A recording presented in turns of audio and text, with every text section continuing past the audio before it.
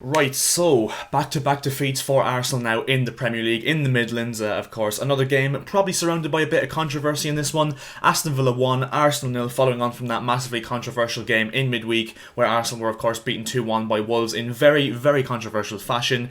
And yeah, of course, there was a lot of controversy around just the overall decisions given against Arsenal, and also, of course, the main one being, should Ezri Konsa have been sent off in the first half for a foul on Bukayo Saka? And yeah, that's exactly what I'm going to be analysing in this game, as well as the actual game itself, how both teams played, etc, etc, and yeah, let's get into it. So before we get into the whole, referees, controversy, agenda against Arsenal apparently sort of thing, I just want to say, first of all, obviously Ollie Watkins' goal, obviously the decisive goal in the game, 75 seconds or something into the game, and yeah, really, really poor from Cedric, a lapse of concentration, just a really lazy ball, a really, just suicide pass back to Gabriel, who couldn't really do much about it, and that was, of course, the error of judgment that did lose Arsenal the game, and I think Traore showed a lot of good persistence in winning the ball back, fighting for it, not giving the ball up when it was, you could have just said that Cedric had that under control, but Traore showed a lot of persistence, a lot of will, determination to get to the ball, and yeah, a really good movement for him to get around the line, really good ball into the box for Ollie Watkins, whose positioning was absolutely immense once again, like it usually is,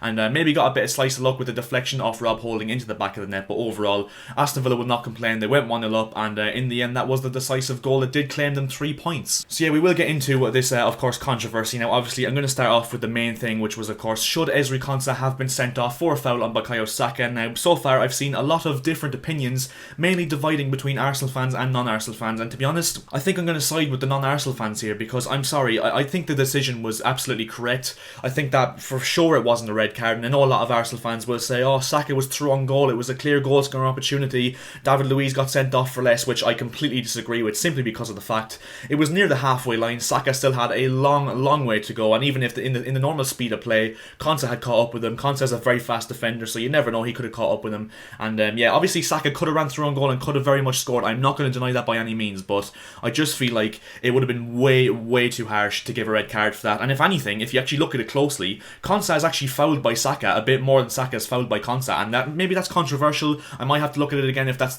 I'm wrong on that one, but just from my original viewing, it actually did look like it was a bit of a coming together rather than a foul from Konsa on Bukayo Saka. And to be honest, as you know on this channel, I'm not the biggest fan of Arsenal. They're probably the team I dislike most in the Premier League, simply because of just their fans. I don't know where this entitlement comes from, that there's, an agenda against Arsenal. Let me just tell you the truth right here, right now. I'm sorry to be the one to tell you this, but Arsenal fans, there's no agenda against you. I don't know where this image has come from. I've seen, compilations on Twitter and social media, etc., of all the bad decisions that have gone against you during the years, but I don't think you realise you're not the only club that get bad decisions going against them. I'm a Chelsea fan, and obviously there's a reason why I don't like Arsenal, because I'm a Chelsea fan, but I'm going to be trying unbiased in this video, but I just don't understand where this sense of entitlement comes from Arsenal fans, where they think that referees are just out to get them for some reason, because that's literally not the case, and any rival fan will tell you that, whether they like Arsenal, dislike Arsenal, or they just don't care about Arsenal. There is no clear agenda against Arsenal. It's just that the overall officiating quality of the referees over the last 2 years in particular, and even before that, is just terrible. And yeah, as I keep saying, I just don't know where this sense of entitlement comes from Arsenal fans, because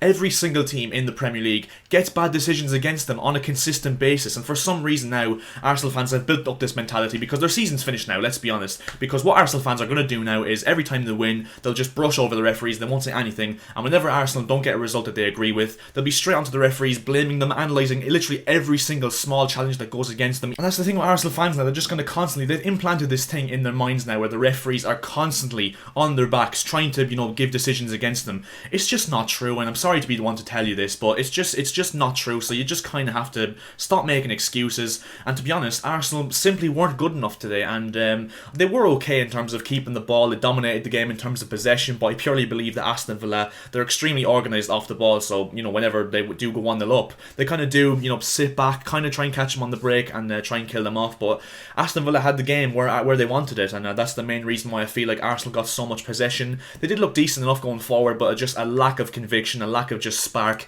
in the final third was the reason I think they lost tonight, not because of the referees or any bad decisions or any agenda that went against them. But yeah, I thought that in terms of an Arsenal perspective, I'm actually going to talk good about your club now, Arsenal, so please don't click off, don't abuse me in the comments just for simply voicing my opinion, even though I don't like Arsenal. I'm not going to be, biased against them in any shape or form. I think that Emile Smith-Rowe is very good again today. I think he's really good in terms of linking the play, and since he's come into this team, Arsenal, there's no coincidence as to why Arsenal have been creating a lot more chances. They look a lot more, clean cut in the final third in terms of creating chances. He's very good in terms of his link-up play, Smith Rowe. Very intelligent footballer in terms of getting into the right pockets of space. I think Saka and Pepe overall in the wings today were not as good as they usually were, and certainly not as good as they were against Wolves overall, because I think they were actually very good against Wolves for the most part of the game. I think today they were still decent enough though and did show signs of promise. It was just that they couldn't really get things going, and I think Martin Odegaard actually, when he came on, offered a lot of invention, a lot of spark to this Arsenal attack going forward. I think Odegaard, really looks like a bright young talent, and I think will definitely be a good signing for Arsenal. I think Granit Xhaka was okay. I think he was anchoring the midfield once again very, very well. I'm going to just look at this Arsenal team again.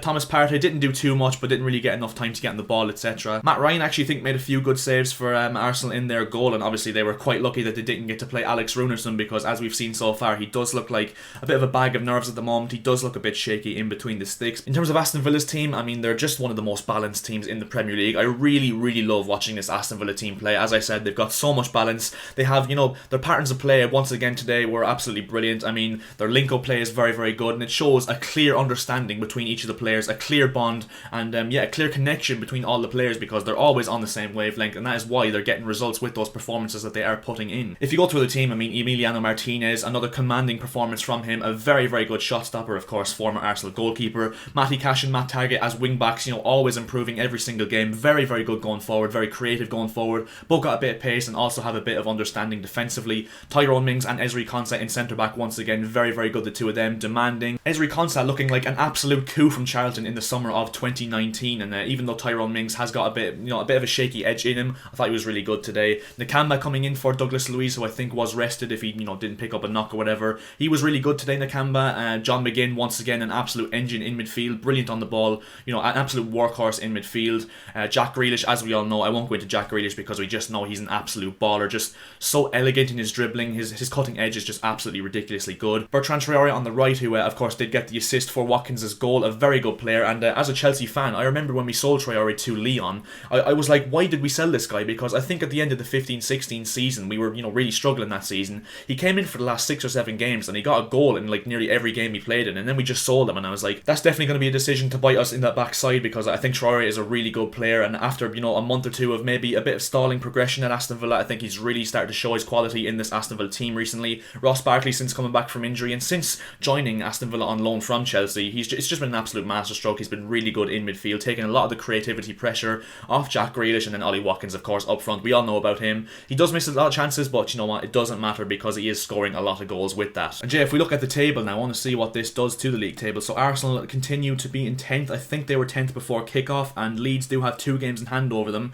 Southampton also have a game in hand, and Crystal Palace also have a game in hand as well. So Arsenal, if results don't go their way today or this weekend, they could be 13th in the league. So after all that good run of I think 7 or 8 unbeaten games, they could well and truly be back in that, I wouldn't say relegation battle, I think that's too far of a stretch, but they really could be back in the depths of lower mid-table, if I'm honest. And Aston Villa up to 8th now in the Premier League, really within a chance of Europa League contention. And if they can find a bit of consistency like they did before Christmas, I think they really, really could charge up the table and really make it a fight for those Europa League places come the end of the season. And so I think that is where we're going to end this video. I think that is all I've had to say on this matter. Aston Villa 1, Arsenal 0. Overall, a decent game between two sides that created a little bit of chances here and there, but just not enough, especially from Arsenal to actually get a point or get anything out of this game. And if you did enjoy this video, make sure to drop a like. I will no doubt have a few dislikes off Arsenal fans. I fully expect that, and I'm not complaining about that whatsoever, because if I was an Arsenal fan, I'd probably be pissed off at me too. So, and if you could subscribe to the channel as well, that would be very much appreciated, because we are now looking to hit 1,400 subscribers on this channel as soon as we possibly can. So if you do hit that subscribe button, it would cost you absolutely nothing and would make my day. So it is very much a win-win situation, and I'll see you guys in my next video. See ya.